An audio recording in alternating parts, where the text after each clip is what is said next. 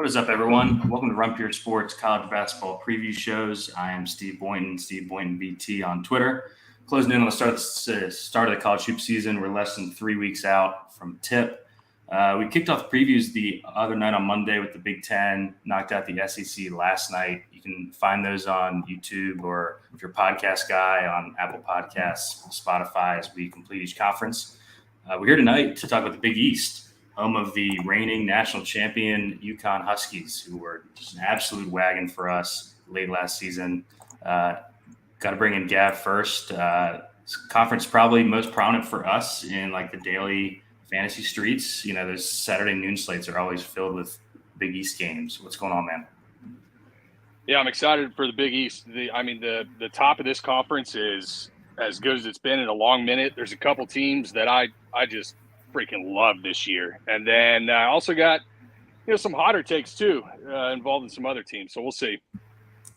Yep.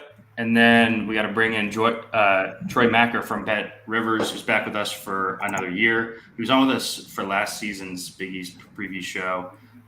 Troy, why don't you give us some background about your connection to college hoops, what you're doing for Bet Rivers, and anything else you want to plug on the podcast?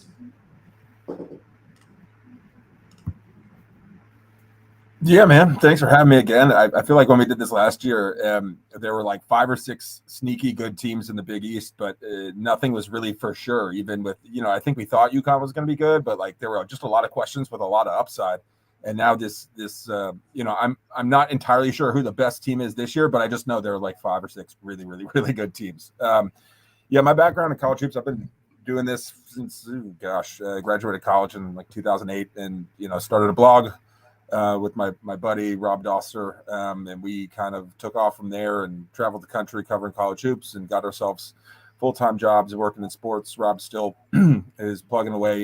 He runs the Field of 68 network with Jeff Goodman, and they're just doing crazy things. The last 2 weeks they've been at various conference media days, hosting live streams, and I was at Sporting News covering college basketball there, worked at NBC Sports as well. Now at Bet Rivers, where I oversee kind of a lot of our content and data integration and social media and whatnot. But my strength still is in college hoops. It's a little more tricky this time of year than typical because, working in the betting industry, October, November, it's football. It's all football. And usually this is when I love just digging into rosters, digging into stats from last year, and I'm a little bit behind the 8 ball trying to remember what happened last year, just because it's a different time of year for me right now. But all roads lead to March, which is what we're gearing up for, and is with last year was special, and this year will be special as well. So I'm excited to preview a little bit, to sharpen my skills and get things going, because we're very close. In the first week of college hoops, it maybe isn't what it was with the Marathon Madness or some of the aircraft carrier games, but it's still so much fun for me. The first few days they try to do a good job loading it, and then with the Champions Classic, so I'm very excited for that to be on the horizon. Yeah, they do a good job with that first month with all the MTEs and stuff, the Champions Classic. You mentioned Field of 68. If you don't have the Almanac yet and you're a college basketball fan, go ahead and get that. With the Almanac, it's a definite must that they do. Really good stuff. All right, well, let's just get into it. We got 11 teams, a couple less than the Big Ten and the SEC, so we can spend a bit more time, which is nice. But the bad thing is we go in alphabetical order, which means that we're starting with Butler. Butler 14-18 last year, 119th at KenPom is where they finished. Torvik's got them starting the season at 115, KenPom 96. This team loses a lot, brings a lot in. This is basically a whole new roster, Gav. They lose Jaden Taylor, Lukosius is gone, Manny Bates is gone, Chuck Harris is gone, Eric Hunter is gone. They bring in Pierre Brooks from Michigan State, a Bucknell big, Posh Alexander, and a couple other guys, DJ Davis from Irvine. Overall thoughts on the roster turnover here, Gav, and just thoughts on Thad Matta's year 2. Let's hope it's better than year 1. I don't know, because The team is dead last in conference returning minutes, and I think anybody listening to this podcast knows the kind of turnover that just occurred at St. John's. So, bringing back no one or just about no one, that might be good. Butler, man, last year, they only had 6-point games all last year, and they actually won 4 of the 6. So 16 of their 18 losses were by at least 7. 15 of 18 were by double digits, and 10 of 18 were by 20 or more. This team got their doors blown off last year. When they lost bad. So I guess it's not terrible to be turning over most of the roster, but it starts with Posh Alexander at the point and getting a guy like that in from St. John's. I mean, guy who, for a team that had no burst or shot creation, especially on the perimeter, Posh and his ability to get into the lane is going to help on offense, even if he's not the greatest shooter of all time. He's back-to-back first in steal rate in the Big East, so he's going to put a ton of pressure at the point of attack and kind of helps them out. DJ Davis, one of kind of my guys in these smaller West Coast schools, like UCI, just absolute flamethrower, dude. In 8 games versus Tier A and B, he had a 123.60 rating last year, so Wow. I feel pretty good about that still being able to translate in the Big East versus some of these others that we've talked about in conference, like a Grant Nelson sub 90, stuff like that. So that's probably really where it starts. You bring in another guy like an Andre Screen from Bucknell to be another rim protector. So it'll definitely be better in the backcourt. Front court will still be another question, but it was also a front court last year that was plagued by injuries, with Mandy Bates missing, I think, 6 games, and Ali missing half the year, Thomas missing portions of the year. So still just a massive question marks team this year. Yeah, I think it was time to just kind of eject that roster from last year, Troy, and just kind of start fresh here. What do you think going into this season of the roster that Mata's got here?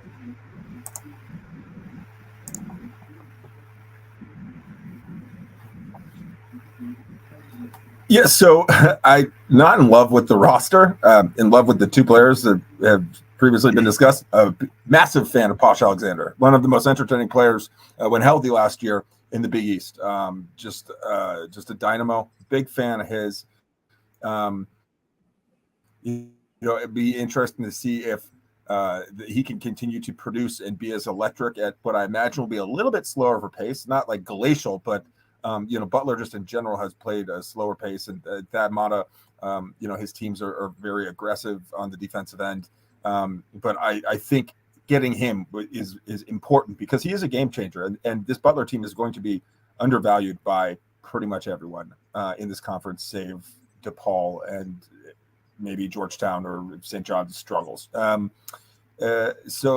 And I also think Davis from, I think he went to UC Davis. Is that his name? Yeah, DJ Davis from UC Davis. Like mentioned, flamethrower. Put up 24 against Oregon. Shoots 40% from behind the arc. They're going to be able to shoot, which is good because they haven't been a great shooting team in the past. But I think, the big thing here for me is that they could potentially be a team to play spoiler. Like, I make no bones about it, this team isn't going to win the conference. Of all the teams that could potentially finish much higher than preseason predictions, this might be the team, even though their roster doesn't leave a lot to the imagination. But they have Posh Alexander, who I think when playing at his peak could be one of the 5 to 10 best players in the conference.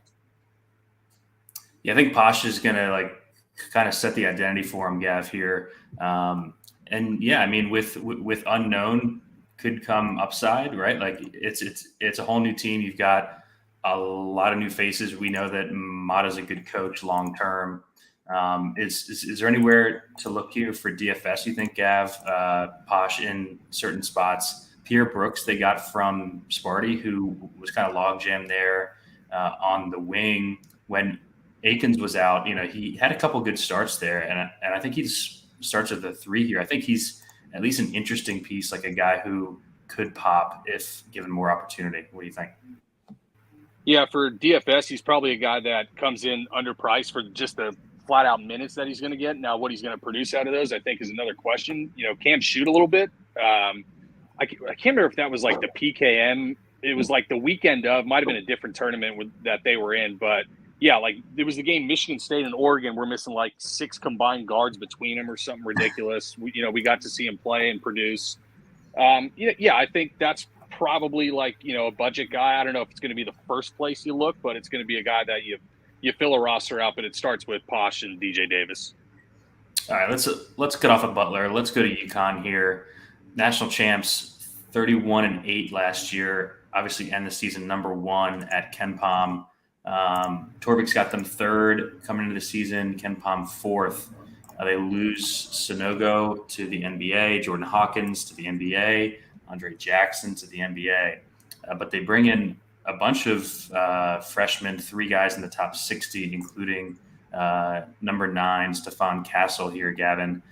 Lots of turnover. It seems like their starting 5 is pretty rock solid. Obviously not as good as last year. What are your overall thoughts on the roster turnover for UConn? Yeah, I mean, you lose a historic core in the school's history. I like Sonogo, Jackson, Hawkins.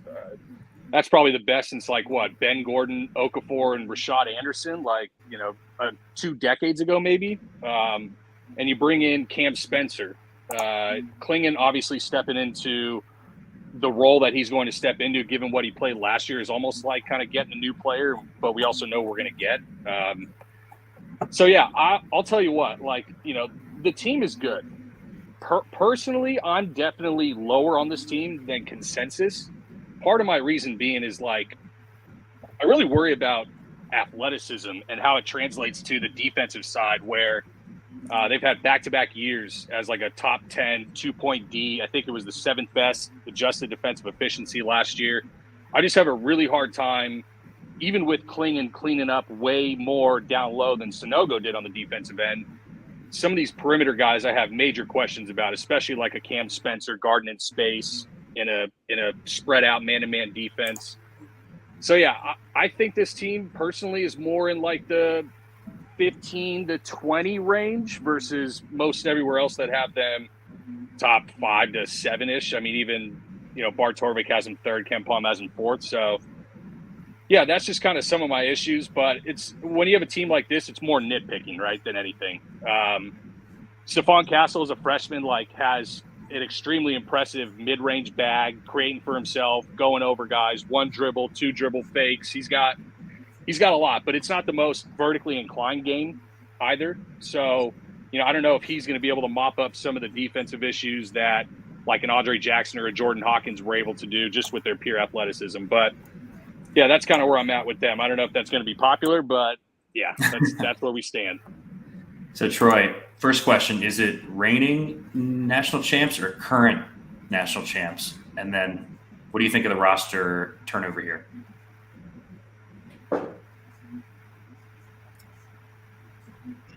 Yeah, I'm kind of in the same camp as Gav. I think this is going to be a good team. I do not think it's going to be as good as last year. The amount of pub that Klingon has got is like a legit NBA big man is a little surprising. But when you see him in spurts, I mean, there were games where he would score on 4 or 5 possessions. Now, I think it helped that they were an excellent defensive team. Their transition game was really good because they had players like Andre Jackson who could move the ball, and he was a threat from – and you had to defend him around the perimeter, even though he wasn't a great shooter, but you had to defend him because he was a really good slasher, and they had other people on the perimeter. My big concern with UConn is shooting. I think their best players are going to be inside, and you're going to have to rely on Tristan Newton and Castle, who's a freshman.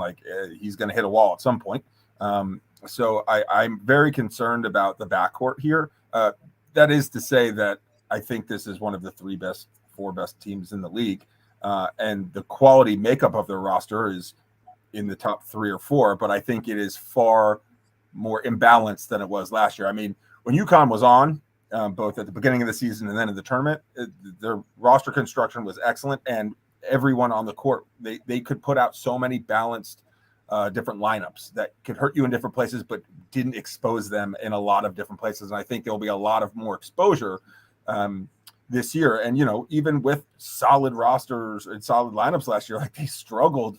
What did they lose? 7 in a row? Something like that in Yeah, February? January was tough. Yeah, and they had it.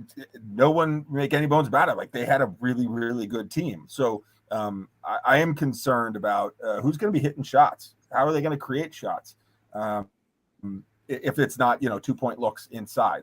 Because with Klingon and Caravan as well, I think they're going to be good inside. There are some really good bigs in this league. Maybe not as many as last year, but so I'm down on the Huskies as compared to them last year. But I mean, they had one of the most impressive runs in March that I've seen in quite a while. Yeah, absolute wagon in March, just unstoppable throughout the tournament. Gav, this Klingon profile does profile very closely to Edey 2 seasons ago. Just needs the minutes. He was at 1.37 fantasy points per minute last season in 13 per game. Picking up the offseason foot injury isn't that encouraging, but it seems like he's at least going to be available at the start of the season. So, it's not like he's out till Christmas or something. He's going to obviously smash for DFS for us. Tristan Newton impressed me. He was better than I thought he was going to be coming in from ECU, 0.87 fantasy points per minute. He's going to have to shoulder more with Hawkins gone, with Jackson gone. And then, like Troy said, Caravan and Spencer are just going to have to be the shot makers on the perimeter. Any last thoughts on UConn here, Gav? Yeah, I got kind of another take on them that so this team, I think early on in the year, when they're not going to get pushed a lot in transition by higher caliber athletes, not even necessarily in the Big East, because there's not a ton of them when you compare them to the SEC, the ACC, stuff like that. When they're playing against, they're going to be, it feels like one of these teams that's going to lay 28 to Longwood, and they're just going to win by 40 plus because I think that they're built to blow out bad teams, but that they struggle against top end tier 1 teams that are trying to challenge for a title. I think they do have a ton of perimeter shot making. Team was 4th in spacing last year, and they had a total absolute NPC shooter in Andre Jackson, right? And so that's going to maintain. Klingon could have kind of an EDS jump if the rates maintain. There's still a lot to like, but generally down on them to consensus. But also, these teams that I'm down on compared to KenPom, I usually want to fade them. But like what I just said with UConn, I don't think this is a team I want to fade early because I think that they're just going to blow the doors off some of these bad teams. Yeah, they're non-conference. They do have a couple tests. They play Indiana on a neutral. They're at Kansas, at Gonzaga, and a neutral against UNC. Any last thoughts on UConn here, Troy? Not really. This is a little bit of a wait and see team for me, just because of the turnover. Even though they have Klingon returning, I think they'll be good. I think they'll be a 15 to 20, team in the country. But again, it's just I need to see them be able to shoot and create against mid to high tier competition. To Gav's point.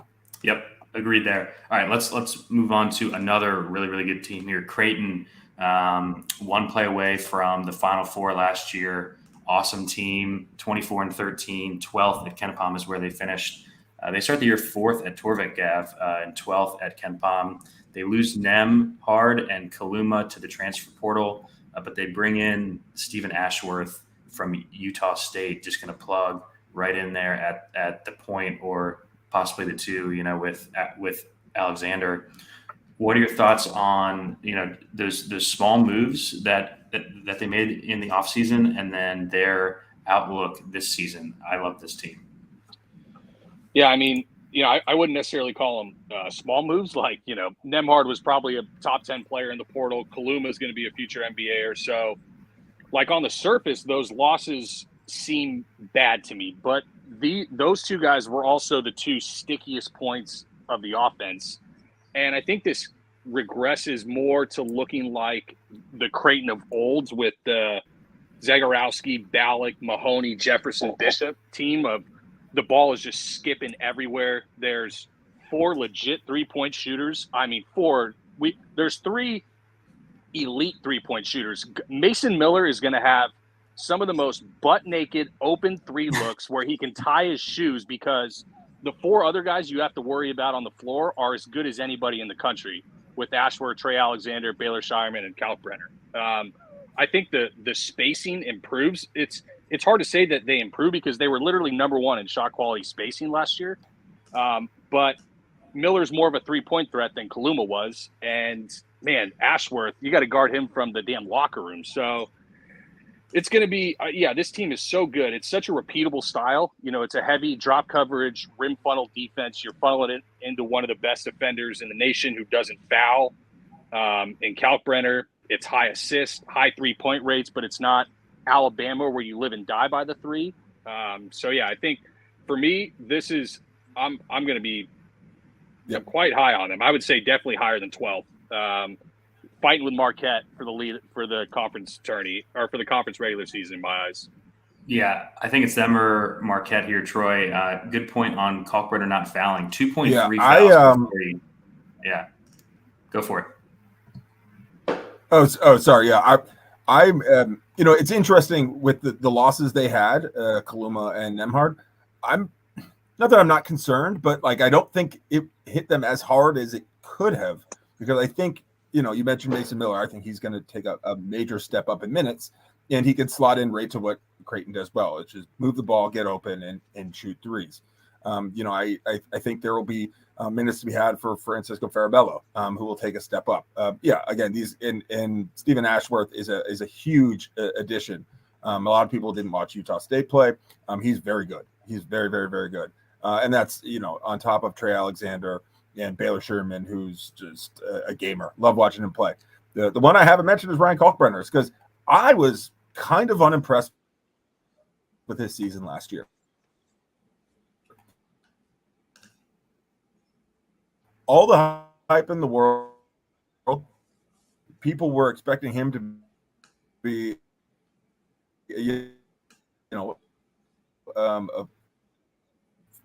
I remember, and I thought he had heavy of expectations on him. So he can hopefully become the player that he could have been last year, and really, beating you outside and inside and just becoming a matchup nightmare. I really like this roster, and it may not be as deep as it was last year, but I think they have the players, and I'm honestly, the top players on this team I have more confidence in than the top players on Marquette, which is a little surprising because Tyler Kolek is an animal and probably the best player in the conference. But I'm very high on this Creighton team this year, and entering last year I was not. I think this is probably the best team in the conference, if not Marquette. Yeah, Gav, I'm also super high on this team. I think the knock on Calc is like the rebounding, right? 6.1 boards in 32 minutes as a 7-footer. I think that can improve. And if he does improve on that, then he's just going to smash for us in DFS. Who are our targets here? This kind of seems like a team where it was last year, where everyone's kind of priced where they should be, because we know exactly what everyone's going to do, and they're all going to play 32 minutes a game. What do you think there? Yeah, and it's whatever one of those 3-point shooters have the hot hand are probably getting fed more. I think, like, what was Trey Alexander price most of the year? Wasn't it like high 6Ks? Yeah. If he comes in at that price again, we're going to be playing him. That's going to be the first place we look.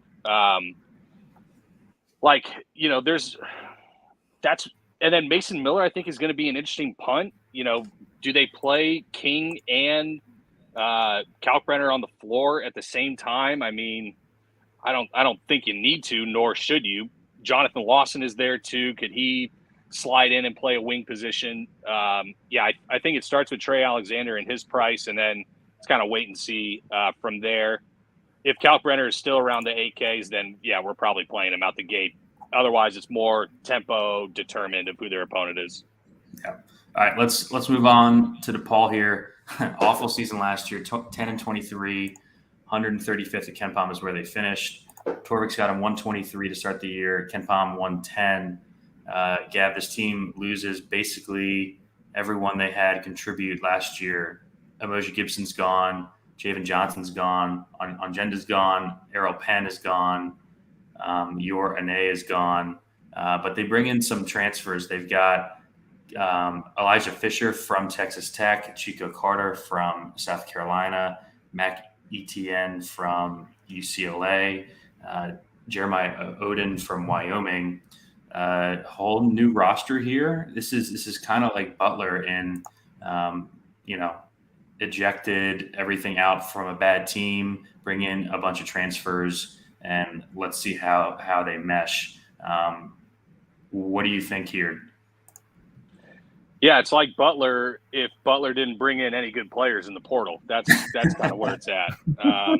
That's basically this team. Like, what is there to say with these guys? Like, they finished 3-17. Thank God for Georgetown.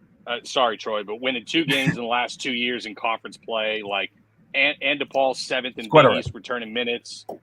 So it's like, what did they do well last year? Well, they shot threes, at the 35th best percentage in the nation, but they lost Emoja and Javen Johnson, who are both over 40% on over 400 combined attempts. Like, it's just flat out bad schematic offense. It's like 287th in shot selection, 295th in rim and 3 rate, 57th mid range. It's not repeatable.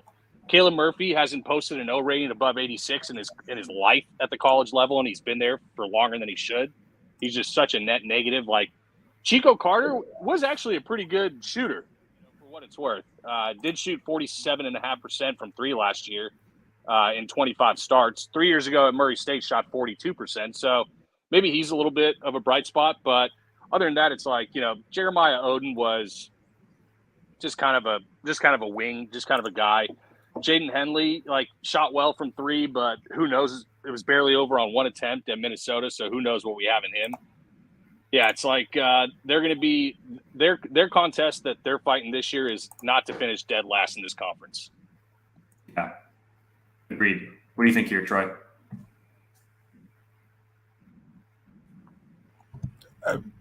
Co-sign all that stuff. I agree on Chico Carter as from a shooting standpoint. You hope that Deshaun Nelson can, go from scoring 10 points a game to scoring 20 points a game because they're going to need it. He scored 24 against Villanova last year. That was this high outing. Perhaps Mac Etienne could step up. He's a decent rebounder, but didn't get a lot of shine at UCLA, didn't get a lot of minutes. I mean, I think he scored 10 points against Asheville in the NCAA tournament. This team is not going to be good. Could show a little fight here or there, but I have this team kind of like Gavin said, like they're like Butler. If Butler didn't get any really good transfers, so I have them finishing last. Yeah, that's a great line, Gav. Like Butler if they didn't get anyone good in the portal. Any last thoughts here, Gav? I know you like Fisher a bit. Texas Tech transfer didn't really get any shine there. Anything else here? Yeah, he's still a huge question mark. We'll see. But, yeah, I mean, dude, Dana Stubblefield would dance naked in the streets of Chicago for either Posh Alexander or DJ Davis. So that tells you everything you need to know about their portal ball. Yeah. All right. Let's go to another bad team. Let's go to Georgetown. 7-25 last season. They end up 219 at Ken Pom. Torvik's got them 138 to start out. Ken Pom 159. They lose Primo Spears, Brandon Murray, Wahab is gone, Akuk is gone, but they bring in a bunch of transfers here. The Ewing experiment is over. Ed Cooley is in town. Troy, we'll go to you first. Overall thoughts on Georgetown?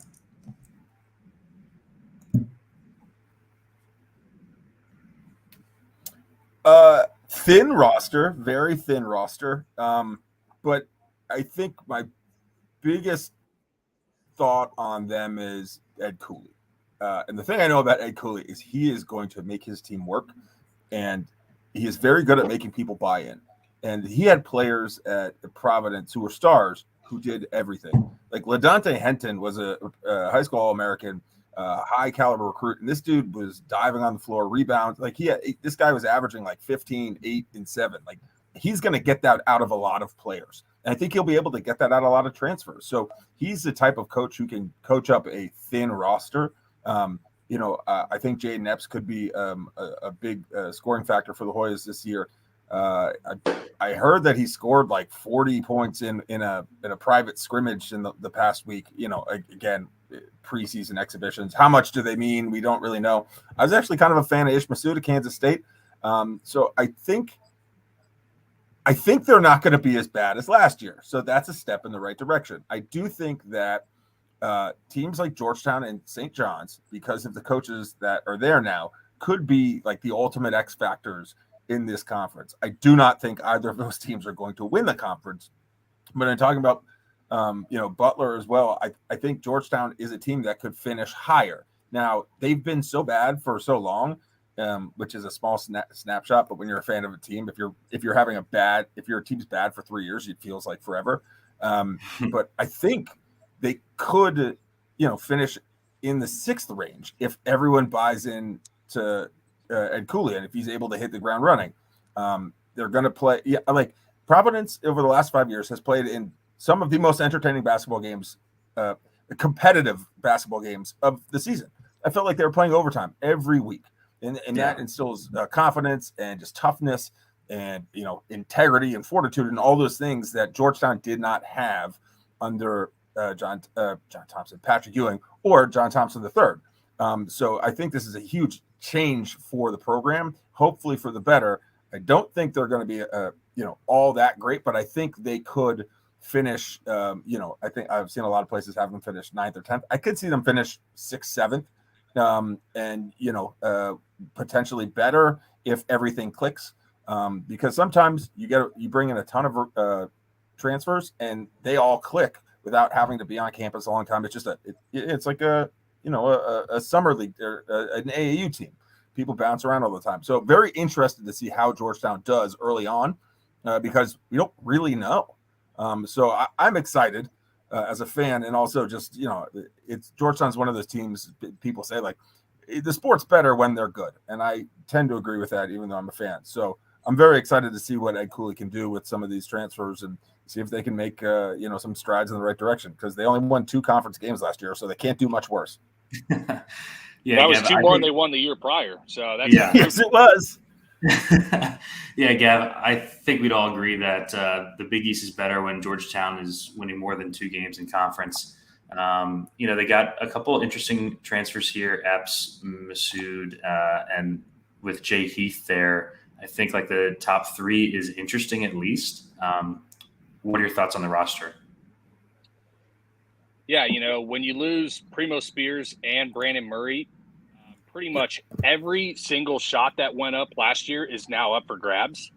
So in that sense, and Heath will have more leash and runway to be good or not efficient in high volume, but they're going to be just like some of the highest volume guards probably in the conference, frankly.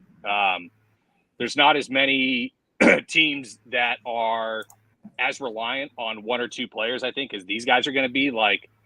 Supreme Cook is, he was a 6'9" center in the MAC, but does that transfer to the Big East? I mean, he was a top 100 rebounder on both sides nationally.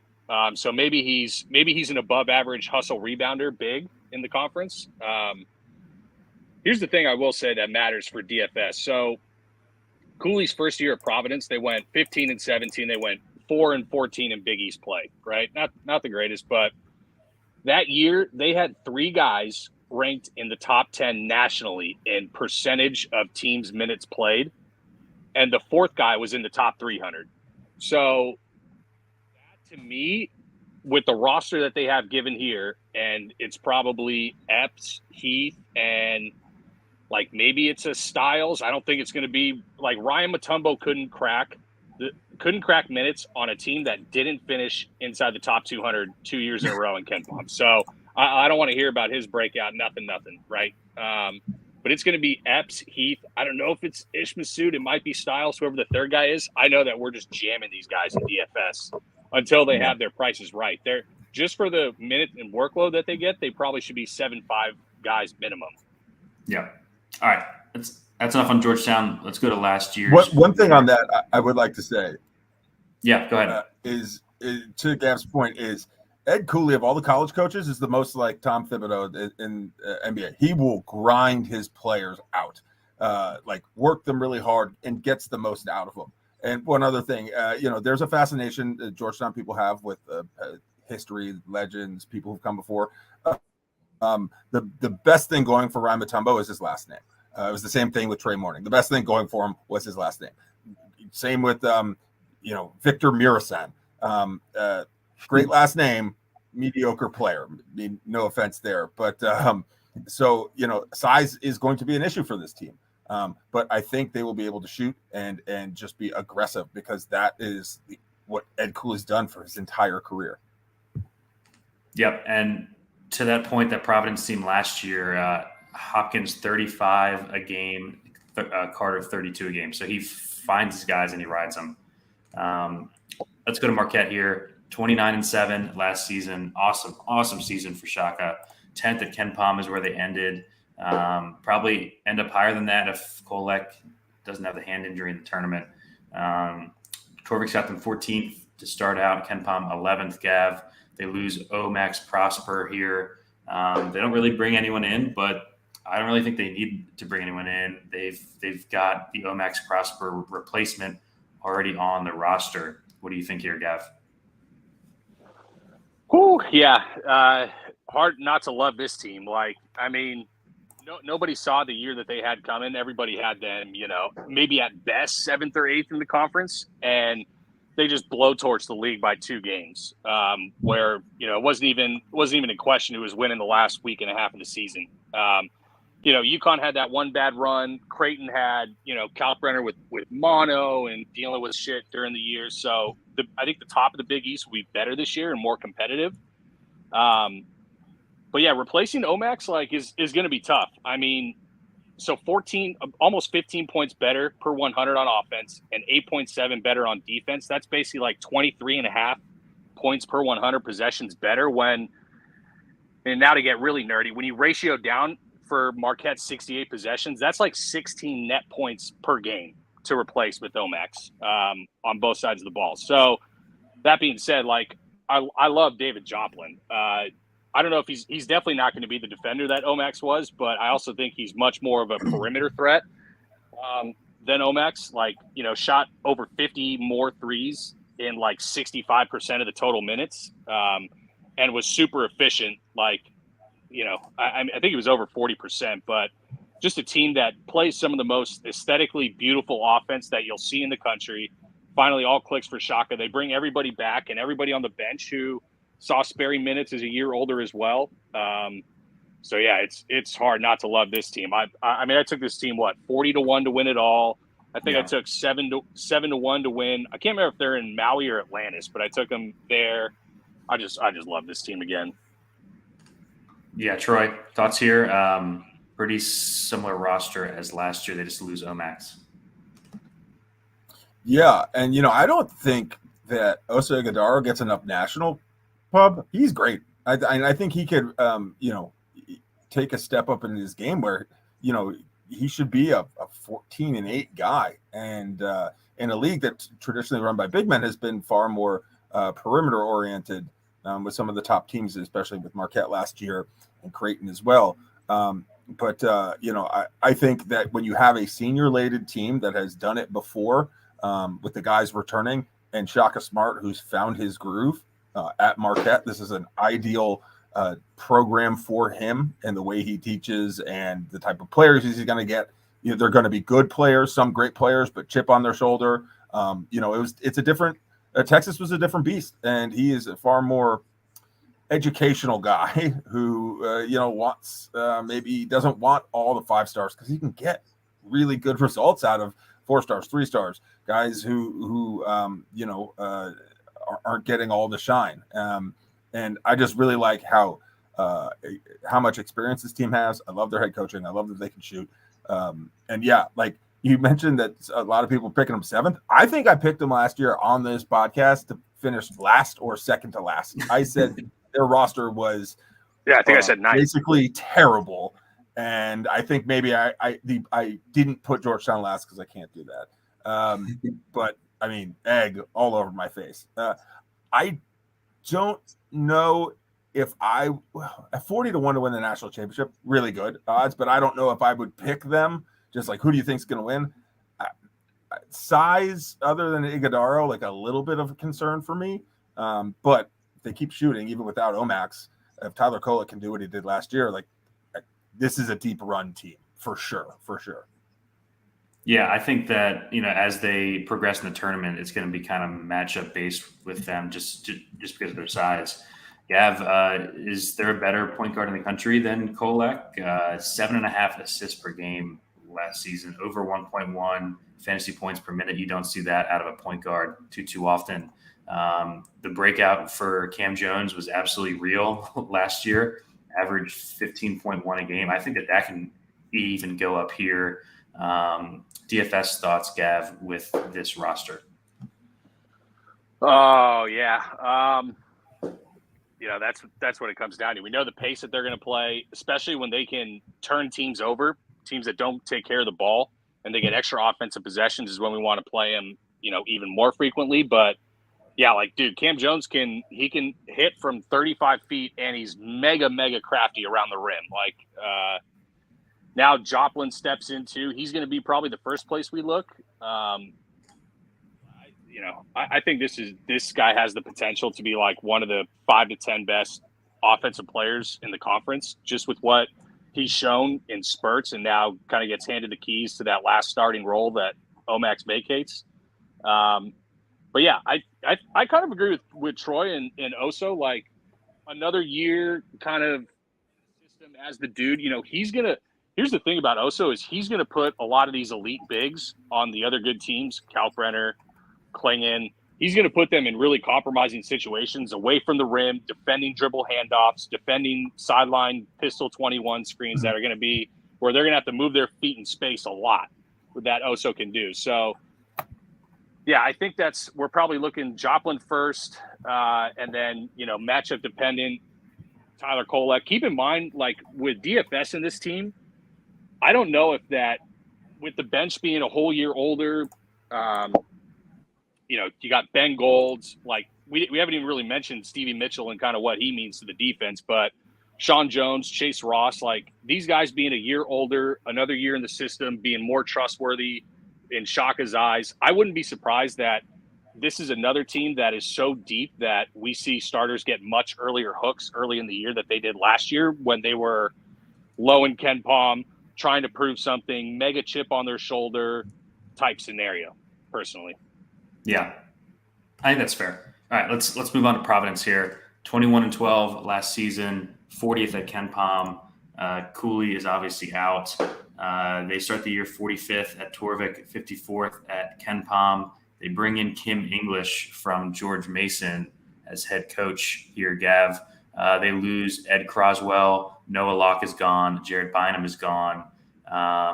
They bring in a top 50 Frosh, Garway, Dual.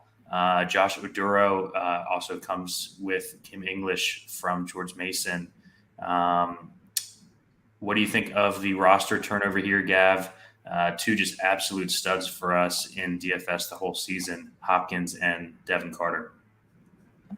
Yeah, I mean, you talk portal hauls, their two best gets were retaining Hopkins and Devin Carter. I mean, Hopkins isn't the first player, and he won't be the last, who steps out from the Kentucky bench and just absolutely nukes in either college or the NBA.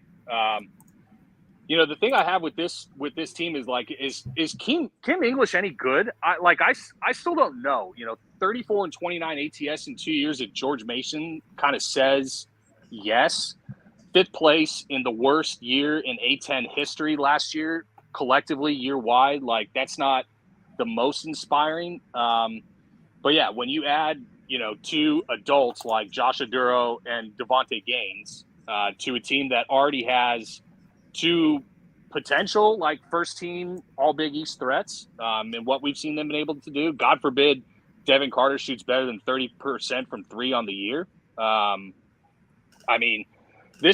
Providence feels like the team that, brother, you're going to see them as a 2 seed on the 7-10 line, and you're going to shit your pants, because there's some of these teams at the top of the country where you're on the floor with Providence and Providence has the 2 best players on the floor, much less the best players. So it's all there for Kim English. It's probably going to be overreactionary regardless of if he's good or bad.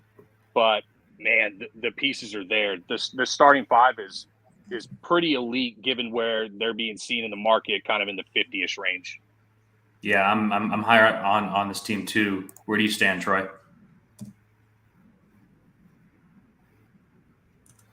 Yeah, so I'm a big believer in Kim English. I got to know him as a player when I was covering hoops back in the 2010s when he was at Missouri. He's a Maryland DC guy. I mean, bright dude, a high character guy.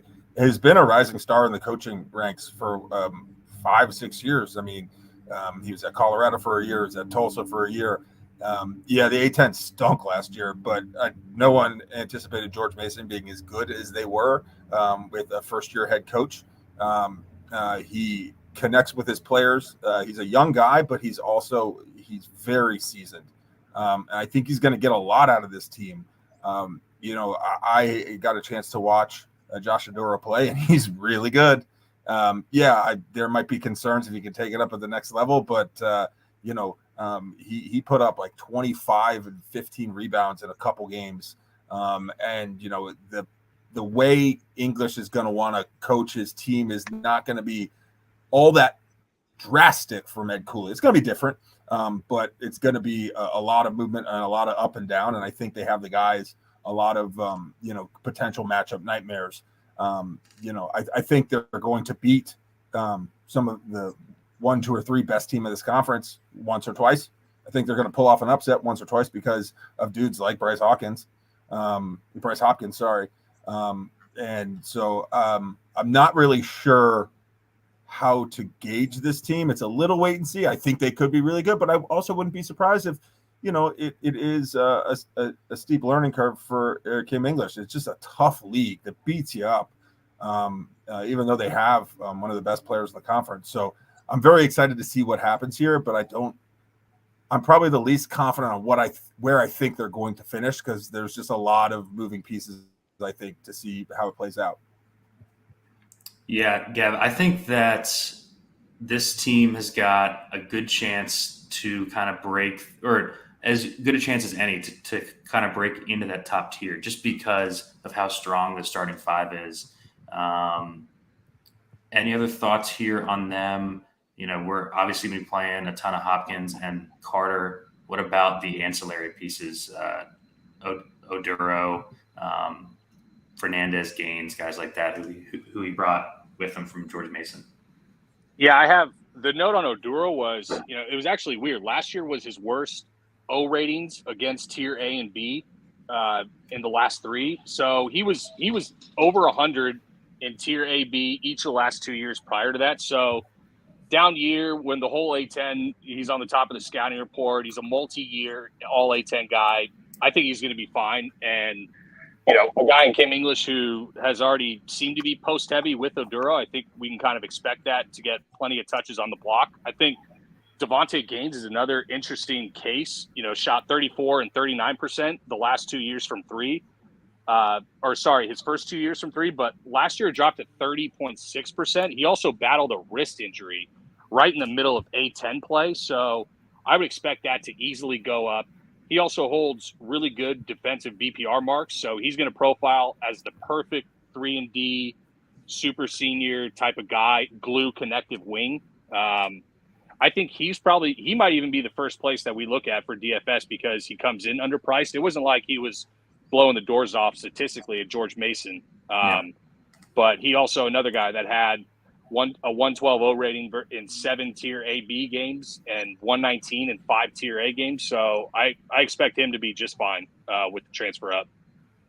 Cool. Sorry. Last thing. Bryce Hopkins. Okay, he goes from a 6-minute bench warmer to the usage workhorse for a team that tied for 4th in the Big East. Right. He also averaged 10 points a game his last 5 games of the year. Like his conditioning needs to improve. I expect it to because it was such a massive jump, but that definitely needs to be monitored. If that happens again, then Providence is probably DOA in the tourney or any tourney they make.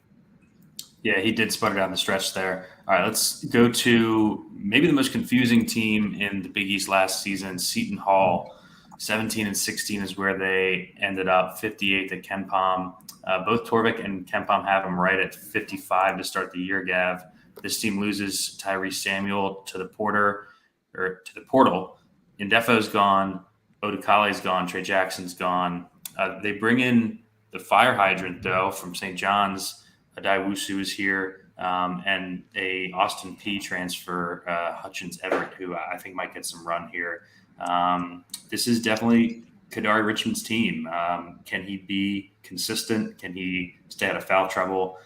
The sky's the limit for him if his head's on right. But overall thoughts on Seton Hall here, Gav? Yeah, I mean, they finished just above 500 last year, 17 and 16. They tied for 6th in the Big East, which, man, if you watch their offense on a night-to-night basis, there's only 11 teams in the Big East. I would have thought they finished 16th in the Big East watching that offense. But the defense was very good last year. They lose a ton in the portal. And Kadari is about as high variance, of a point guard as you get. But one thing about, like, Seton Hall, second best near proximity rate last year on Haslam for them. So it's not like they need to be phenomenal shooters, and that fits really well for a downhill driver like Adewusu, who also shot, I think 36% last year from three. So on over 3 attempts, like, I think it's a sick backcourt, man. Like, Richmond and Adewusu are going to get up in your face. Dawes is not as much the defender as those two guys, but he's the way better 3-point shooter out of all three of them. And they kind of all complement each other pretty well. Adewusu can handle a little bit. Kadari can handle a little bit, but when Kadari handles it all the time, you just got your asshole puckered because he turns it over 6 times a game. But, yeah, you bring in Elijah Hutchins Everett from Austin P, who was 324th in Ken Palm and last in the A-Sun. I mean, I don't know how that transfers. And they were a league guard in the rim with Tyrese Samuel last year. So also bringing Charles Bediako's brother, Jaden Bediako. I don't know if he didn't get any of the breast milk growing up, but he's definitely not Charles Bediako when it comes to rim protection. Santa Clara transfer, but we'll see. Yeah, interesting roster here, Troy. What are your thoughts on Seton Hall?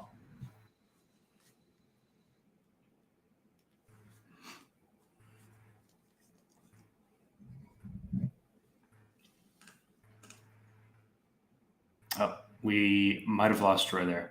Gav, I like your point on the backcourt here. Just like those three, I think are going to be so reliable and probably play a ton on this team from a night-to-night basis. Basically, the only thing holding back Kadari was the minutes per game, based on fouls or being benched or hurt. Like, as a 0.96 guy at point, and like the stocks are there, the peripherals are there, Gav, I was surprised to see that he only scored 10 points a game. Like, if that ticks up, they lost Samuel, Indefo, guys who were scorers for them. Yeah. I think Richmond could have just like a gnarly year if it does come together.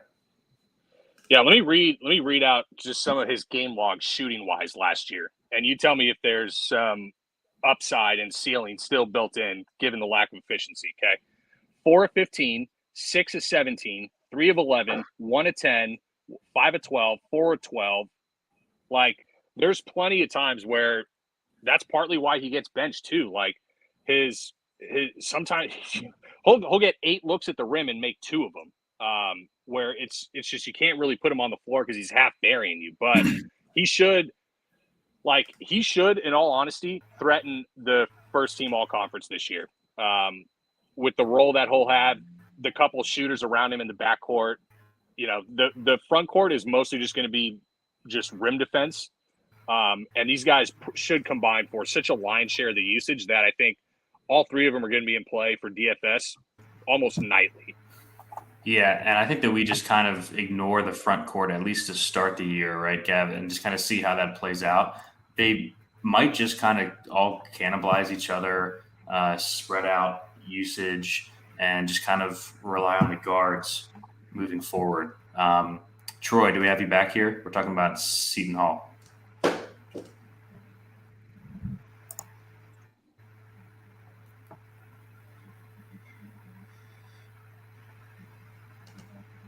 Damn. All right. Gav, do you have any other notes on Seton Hall, or should we move on? I just got like quick things like Kadari, highest returning defensive BPR of any Big East player not named Klingon, plus a mega rate DFS guy with better shooting around him. Yeah, I think I'm kind of on board with you. Potential nuke here. I think he ends up on the second team, but could threaten first team if this team's any good. Yeah. All right. Let's go to St. John's, Gav. 18-15 last year. They end up 82nd at Ken Pom. New coach. Pitino's in town, obviously. Torvik has him 54th to start the year. Ken Pom 60th. Troy, if you end up being able to hear us, just jump in at any point. Yeah, they basically lost everyone but Soriano, but they bring in just an awesome transfer class, headlined by Dennis Jenkins and Jordan Dingle. Why don't you talk about the additions on this team, Gav, and how they'll fit with Soriano at the 5? Yeah, I mean, I've heard of this Rick Pitino guy. He's a pretty good coach. When you talk about additions, like, it probably starts with Jordan Dingle. Like, this is, I don't think just a feature NBA guy. I think he gets drafted after this year. Big body, tough shot making guard who played against a bunch of chess players the last couple of years in the Ivy League. Probably needed to go to high, probably got poor feedback from the draft and needed, better looks against high major competition to get drafted is what I imagine, but he's got all the tools to do it. Needs to stay healthy. He's not the greatest bill of health. But yeah. And then you bring in, Ledlam as well. Like this. So actually I'll start with Soriano. So there's kind of weird rumblings about Soriano right now where Pitino's kind of calling him out a little bit. In the media saying that he's going to start Ledlam at the 5. And like Soriano was, I think, one of 2 guys in the Big East last year with a double-double in Big East play. Like, the guy's just an absolute machine. But Pitino also, like, I was looking at some of the rim protectors he had in all his years of coaching, and like the lowest one in the last like 10 years at Louisville was like Steven Van Treese. And he was ranked 304th nationally. Like, we're not just talking Georgie Dang. It's like the rim protection is a tenet of St. John's. And if Pitino doesn't feel that Soriano's going to get that done, it might go from like a 32-minute-a-night role to like a 28, and he brings in more edgy of 4. That was probably like the main thing I just wanted to add about this team. But yeah, they ripped it down to the studs. But they got multiple shot makers from the Ivy League. Dennis Jenkins was the point guard at Iona. How do they all translate to power level competition is the main question, obviously. Yep. All right. I think we got Troy back here just in time for St. John's. What are your thoughts on the Pitino hire and the roster overall here? Yeah, I think it's a really good hire. I mean, he's done it everywhere. This is a very volatile team in the sense that high ceiling, very low floor. Because I think, it's been not easy for Rick, but it's been more comfortable coaching at Iona without the spotlight. He's getting up there in age. He's right back into the Lion's Den here. And like Gavin mentioned, ripping it down to the studs. Dingle is an excellent player for the Ivy League. Really, it's going to be how did these excellent mid-major players transition to the Big East, and a huge spotlight. And Pitino is an intense coach. Maybe not shouting and screaming during practice, but like calling people out and holding people accountable. And it doesn't always rub everyone the right way. It definitely had its struggles at Louisville. So I'm very, like I've said with a couple teams, very interested to see how this team plays out, because I honestly don't know. I think you have to project them as a top 5 team because of Pitino, and he's bringing in someone familiar with him from Iona. And Soriano was very good, but I think that was a very good point about rim protecting. That has been something, the hallmark of Pitino teams and St. John's teams, and you're going to have it in the Big East. But like when your best player potentially could see a big drop in minutes because of butting heads with the head coach, or he's not playing up to what the head coach wants, that guy is probably the most important player on this team. So that's why I think this team could be very volatile. But that's kind of maybe saved the Mike Anderson years. Like St. John's has been a very volatile program for a decade.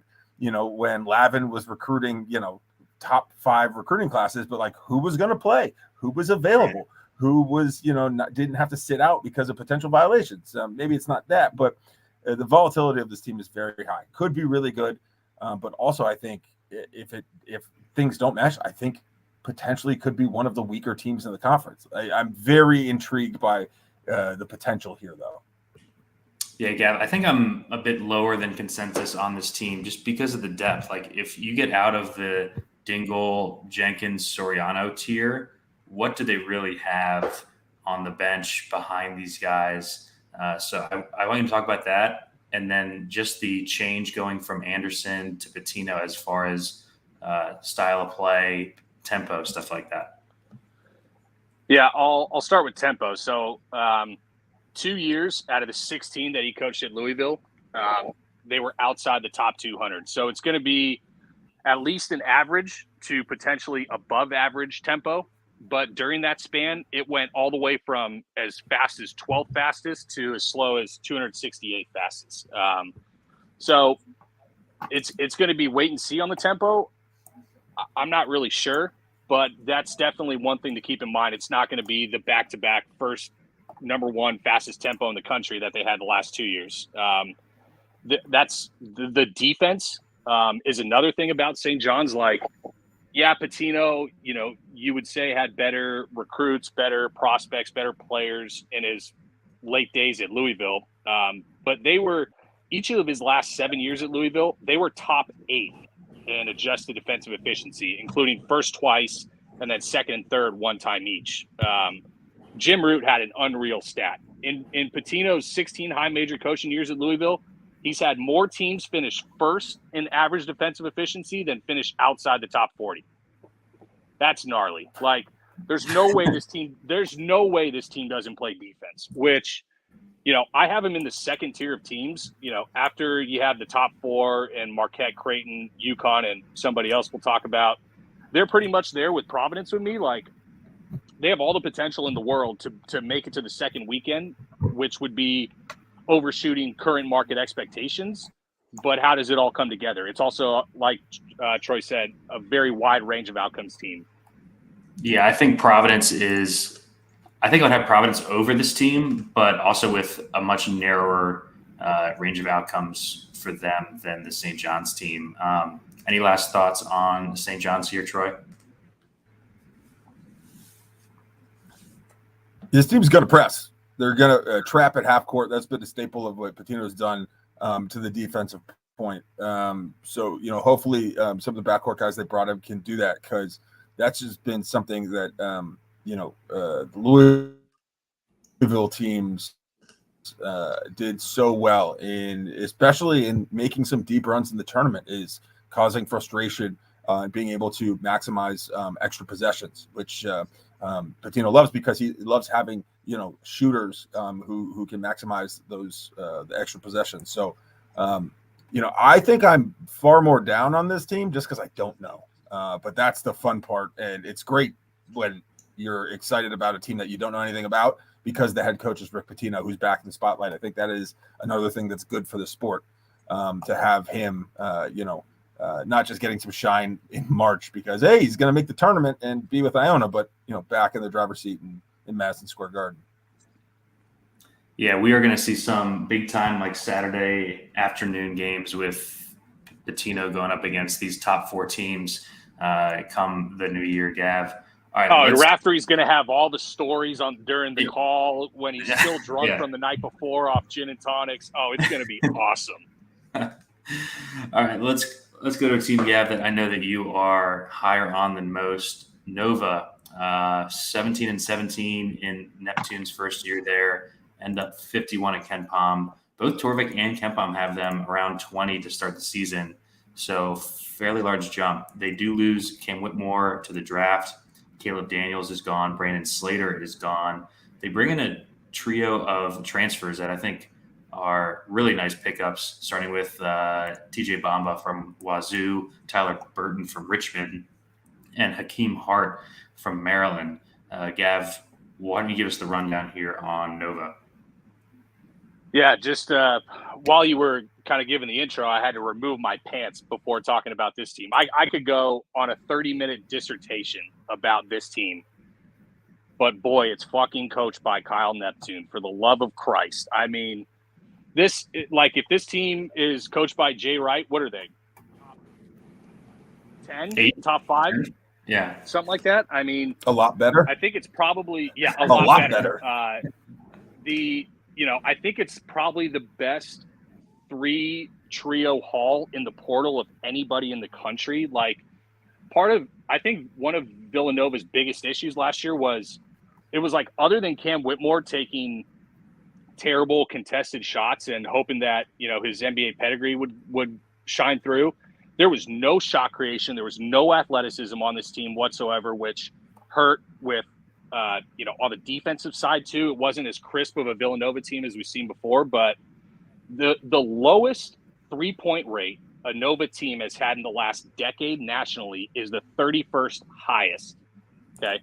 So whether Jay Wright, whether it's Kyle Neptune, like, just keep shooting threes. The worst 3-point year. So, like, where do I even start? The starting 5, okay? 13 combined seasons as full-time starters between the starting 5. There was one sub 30% 3-point year, and it was Tyler Burton last year without Jacob Gilliard, on the top of the Richmond scouting report, after he had already shot like 36% both years before that. Like, TJ Bamba can shoot from 3, can create his own shot. Burton is an NBA guy who's going to be able to do it. Hakeem Hart is the perfect kind of connective wing as well. And this team basically turned all their weaknesses on the wing, shot creation, into like actual strengths. And so, like, my wish for Villanova, okay, that team that the team that I played on with all those MLB guys back in the day, our coach would fill out the lineup card and he would not be back to the dugout until after the game. I almost wish Kyle Neptune would do that this year. Literally put in the starting 5 and don't say one word. You have 5 grown-ups starting on the floor at the same time. And as bad as the team was last year, the bench getting experience and more minutes than they should have benefits this team, on top of having arguably the best starting 5 in the conference. Like, I wanted to say that they win the conference. I think, I think Creighton and Marquette are so damn good, but I have them 3rd in front of UConn with the potential to win it. Yeah, Troy, really, really good and experienced starting 5 here. What are your thoughts on Nova going into the season?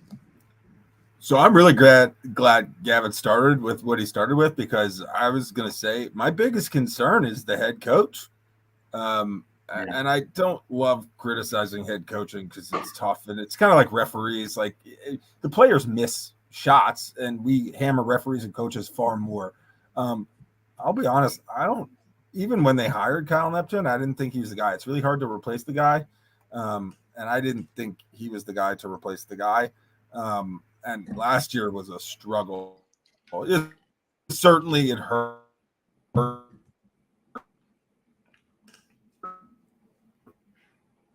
But the injury to Moore, best teams, it might be the best trio of transfers any team got. Watched a lot of Hakeem Hart, a great wing player. TJ Bamba, I watched a significant amount of him late night on the West Coast. He can shoot. I think having a healthy Justin Moore is going to be really good. I don't see why this team can't be one of the 2 or 3 best teams in the conference coaching. And, granted, last year was Neptune's first year. And so, a lot of growing pains. But they had NBA players. I was woefully unimpressed with Villanova last year. Also, they were 10-10 in conference. Like, that's should be woefully unimpressed with a 500 team that was, predicted to finish in the top 2. So I think they'll be much improved. They got the players, but again, it's like need to see how it all plays out. And I think you hear me saying that more and more because there's just a lot of these teams are there's more new additions because of the transfer portal. I think it's good for the game, but it makes projecting stuff a lot harder, especially when, I'll be honest, I'm just not very high on Neptune as a head coach. Yeah, I think, Gav, that the starting five is going to be rock solid. Like you said, they've got Armstrong, Archie Giacono. I think the bench is going to be a weakness, but hopefully they just kind of do like what Creighton did last year, where they just kind of run their guys, as much as possible. We'll see if Neptune does that. He didn't do a lot of that last year. That does seem like the way to go here, though. I will say their non-con is tough. They've got Maryland, Texas Tech, Kansas State, and UCLA. Plus, I'm sure they're in an MTE or two. Any other thoughts here on Nova, Gav? I think I took them. It was either 7 or 8 to 1 to win Maui or Atlantis. I basically bet them and Marquette. They're in separate tournaments. But I remember them being in the same tournament as UNC, where like an Eric Dixon as a stretch five. First of all, his level of consistency the last 2 years and what he's done in the Big East is so under-discussed. And he is another guy. He's also in terms of pulling out the bigs, but he can actually hit three-pointers. Like, you have to guard him from the three-point line, and can give teams, especially at the top, someone like an Edey, someone like a Hunter Dickinson. When you're talking about playing late in March and into April, he can provide different wrinkles. Shit, man, this team is so good. Now they're actually, I think they're going to win the conference. I'm not even kidding. And I think, well, look, Neptune is in the same spot as John Shire, right? You're replacing the guy. It's now your second year after you had just the bright spotlight on you, and it didn't go as well as you wanted, kind of for the most part. We're all in on Nova, gang. Any last thoughts on Nova here, Troy? Not really. I should have mentioned Eric Dixon. I agree. There are a lot of players at the top of this conference that get a lot of the shine, but Osei Gadara and Dixon are two of the ones that probably should be talked about a lot more. And if Villanova is as good as Gavin is predicting it to be, I think you're going to be talking about him a lot more, because it is going to take more than 3 or 4 players, and he's going to be a key reason why, because this is not a big team. It was the biggest guy on this team, 6'9", 6'8". That is a little undersized for this conference. So, but this should be a good return to form for them after a very down year in their projections. Yep. All right, we got one team left here. It's a team that we were in love with last season, but they basically lose everyone. It's Xavier, 27-10. They finished 15th at KenPom last year. Torvik is right on at 61st to start the year. KenPom 34. Pretty sure KenPom's got a couple players that are not going to play in his projection right now.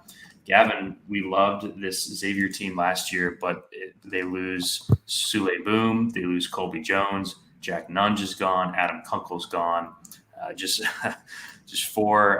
Bro, they lost everyone. Let's just call it what it is. They lost everyone. Yeah. Because they lost Fremantle this year too, so they did lose everybody. Yeah. So, Gav, why don't you talk about the losses and the injuries first, and then who they brought in? Yeah, holy shit. So a couple things, Sule Boom, 2nd in Big East percent of minutes played. Colby Jones, 6th. Kunkel, 21st. Nunge was right outside the 25th, or right outside the top 25. Fremantle was over 1 fantasy point per minute last year in limited run because they had Nunge, and was about to just drop his ball sack on this conference, but now he's out with the reoccurring foot injury. Jerome Hunter was kind of the backup who blossomed when Fremantle was playing less in spots as kind of a connective, big wing, good rebounder, solid defender. He's back. He's coming into the year with a foot injury. All 4 guys they lost last year, all above 110 O ratings for a team that was the 8th best adjusted offensive efficiency in the nation. That's just tough to replace. That Xavier offense was nuts. It was so good last year, and the pace and space they played with. Nobody saw the Sule Boom year coming to the extent of what he did. So, yeah, I mean, you bring in Davion McKnight from Western Kentucky, kind of big-bodied guard, shortish kind of guy who's already had high usage. Pretty good rates, but, we'll see how that translates. Kind of my favorite, I think, of the two guards is Quincy Olivari from Rice, a guy who had much better O rating numbers against Tier A and Tier B across his career than a Davion McKnight, and is a little bit older, who might not have the ceiling to have, another big uptick in efficiency and production than McKnight, but I think someone who's going to be very solid for this team and thrust into a big role. It's going to be all on the backcourt this year with just how thin they are in the front court. But you bring in old Usman. I'll let you go through the stats of him, but a mega high rate guy who goes from the slowest tempo in the country to North Texas to one of the fastest tempos in the Big East and the nation at 53rd Xavier last year. So he could be putting up some mega games without Fremantle for the year, and especially when Hunter misses early. Yeah, Troy, thoughts on that Xavier team last year and then the outlook coming in with all the losses? Yeah, it's like the inverse of Marquette with me last year, where I thought they were going to stink, and they ended up being one of my favorite teams to watch. And Xavier was, I think I pegged them to win the conference last year. Maybe I thought their team was loaded. They were, like you said, Sully Boom had a excellence. No one saw it coming. He had just a sensational season, hit big shots, but a total playmaker. I can't emphasize this enough. They lost everything. I see this team making the biggest drop of any team in the Big East from last year. Couldn't be more out on this team. Now, having said that, they have Sean Miller. If there's any coach who can get a lot out of a team that doesn't have a lot of quality on that roster, in my opinion, it's him. He's an elite coach. And, I think he's got to hit the recruiting harder as he did, when he was at Arizona and previously at Xavier. I think this is going to be one of the three weakest teams in the conference, and due in large part to they have a tricky, tough non-con schedule. They got to play Purdue. They play Houston. That's going to be no fun. And they even have to play some tough mid-majors. I don't see them entering Big East play with a head of steam. So I very out on Xavier, which stinks because I love watching Xavier. They've had some of my favorite rosters of the last 15, even 20 years.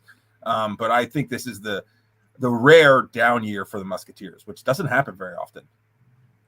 Yeah, it's weird saying that you're down on a Sean Miller team. Right. Yeah, they just kind of ran into that Texas team in the tournament last year. I think if they got a different draw, they could have gone even farther. It's just going to be tough, right? He was counting on Fremantle to just be a superstar on this team, and he definitely would have with health, but I think Fremantle and Hunter are both going to be out for this season. So this is really be tough. They're going to have to play the Lithuanian freshman and Usman a lot. I think this is going to be a really bad team. Some people are high on McKnight.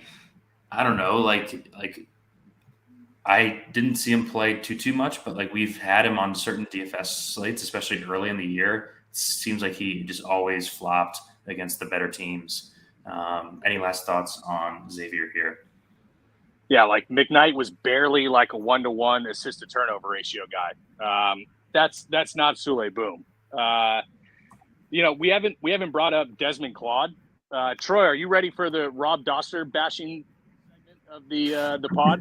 Buddy, I am always ready for this. Desmond Claude from New Haven, home of Rob Doster. Let's go.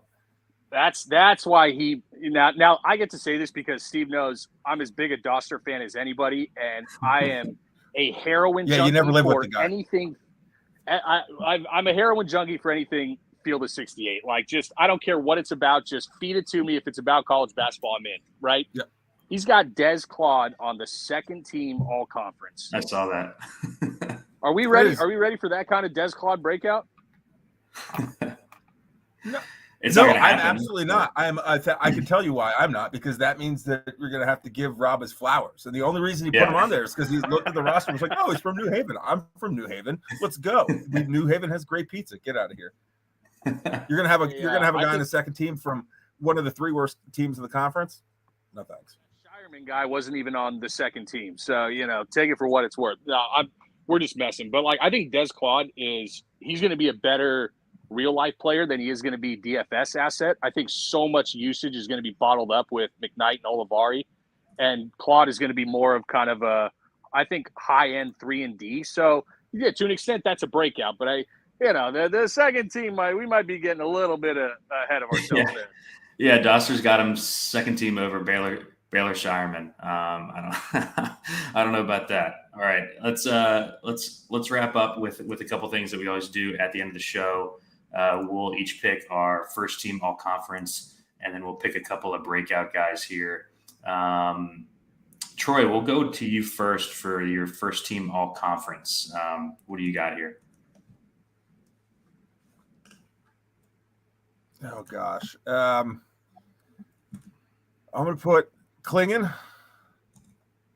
Hopkins. It's a good start. Justin Moore.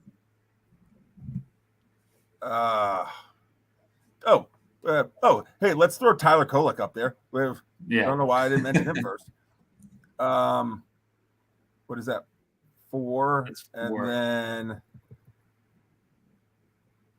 I really don't want to say Kalkbrenner, but I take Shireman instead.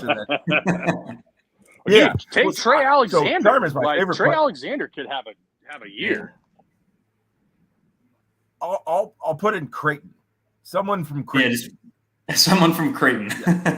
Yeah. I hope it's Baylor Shireman. I love watching him play. When I used to play, I wore the 1 or sometimes 2 high. The guy's got swag. He wears shooting sleeves with a long sleeve. He's got wristbands and high socks, a headband. Look good, play good, feel good. And the guy shoots with swagger. Don't know if he'll be first team, but pencil me in for one guy from Creighton, and then Kolek, Klingon, Hopkins, and Justin Moore. Awesome. Justin Moore. It's very chalky, though. Yeah, I mean, there's probably at least 2 or 3 locks here, Gav. What do you got for first team? Yeah, I think the locks for me are Kolek, Klingon, Hopkins. It could get spread out with Creighton. I did put Kalkbrenner in, and it's disgusting for how high I am on Nova, not to say Justin Moore, but I don't want to say the same as Troy. So I'm going to say Eric Dixon finally gets his kudos. A lot of the usage, the shots, the counting stats get eaten up between Burton, Bamba, and Hart on the wing. Plus, they got a little bit more depth in the backcourt than they do the front court, so I think it's more reliant on Eric Dixon. I will go Eric Dixon, first team all Big East. How you like them apples? All right, I've got Kolek, Klingon, Hopkins, and Kalkbrenner. My fifth, I went with Kadari Richmond. He's going to be on a bad team. The usage is just going to be absolutely insane. I think he needs to stay healthy, but like Gav has in our note here, he's one of the few point guards just with nuke upside for multiple categories, right? We could see him have games where he has 15 points, 7 rebounds, and 6 assists, and aren't that many guys in the college game that could do stuff like that. So maybe a bit of I want it to happen because I wanted it to happen for Kadari last year, and it kind of got derailed. So that's my wild card pick there. Let's end with some breakout guys. Troy, we do a draft, so we're each going to draft 2 breakout guys in the conference. We'll start with you. You get the first pick.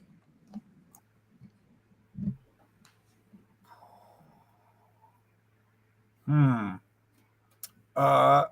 going to stay with Creighton, and I'm going to go Stephen Ashworth. Nice.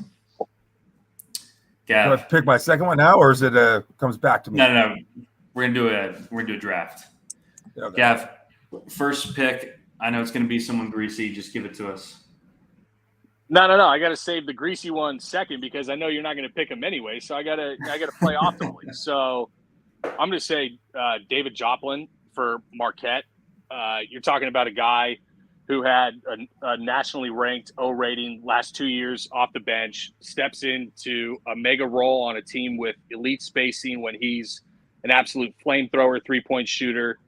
He's going to have the most wide open lanes that he's ever seen in his career while playing, I would imagine, at minimum 29 minutes a game. And I think, like, when it's all said and done, if we look at the top 5 scorers in the Big East, I wouldn't be surprised to see his name on it. Wow. All right, my first one is a guy that we just talked about, Abu Usman from Xavier, mainly driven by the injuries to Fremantle and Hunter. Comes in from North Texas, like Gav said. Only played about 24 minutes per game each of the last 2 seasons. Check out these per 100 possession numbers the last 2 years. 30 points per game, 16 and a half boards, 3 blocks. I think that the minutes are going to be there just because Xavier doesn't really have any other bodies up front. He is a fouler, but I think that just with the opportunity, not having anyone else in the front court for Xavier, that he could have a really nice year. All right, Troy, second breakout guy.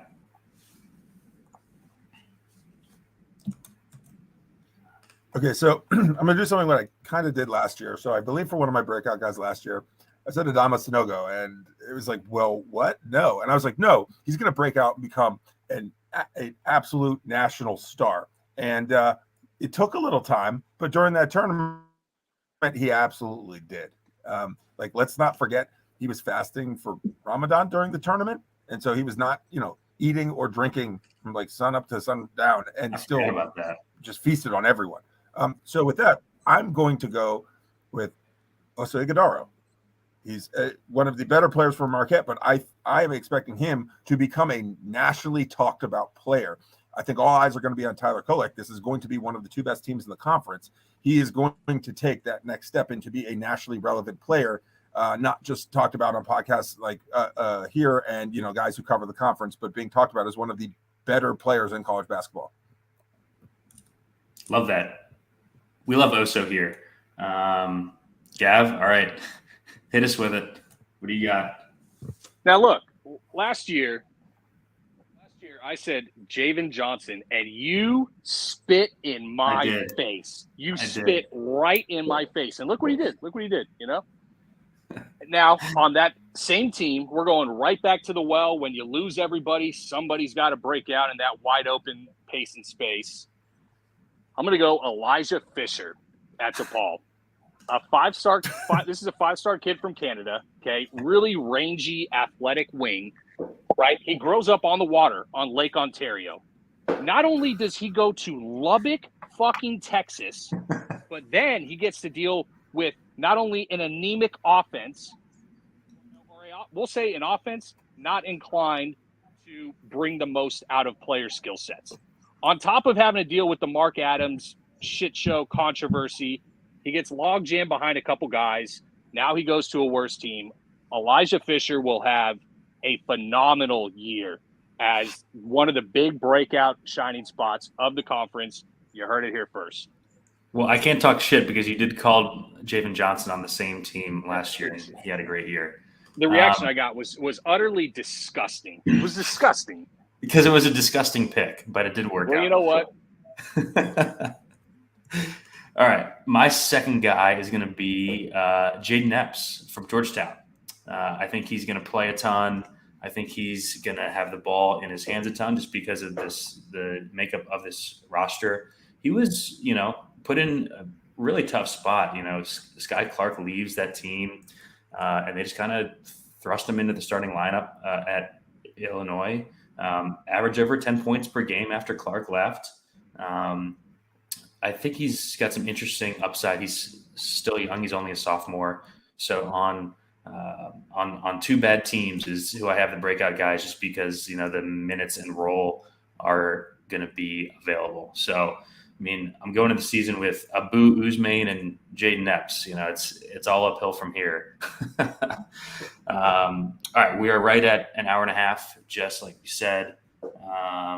That wraps up the Big East for us. We are back. I think next week we're doing the ACC and the Pac-12 and the Big Ten, the Big 12 sometime down the line. catch us in podcast form on Apple Podcasts.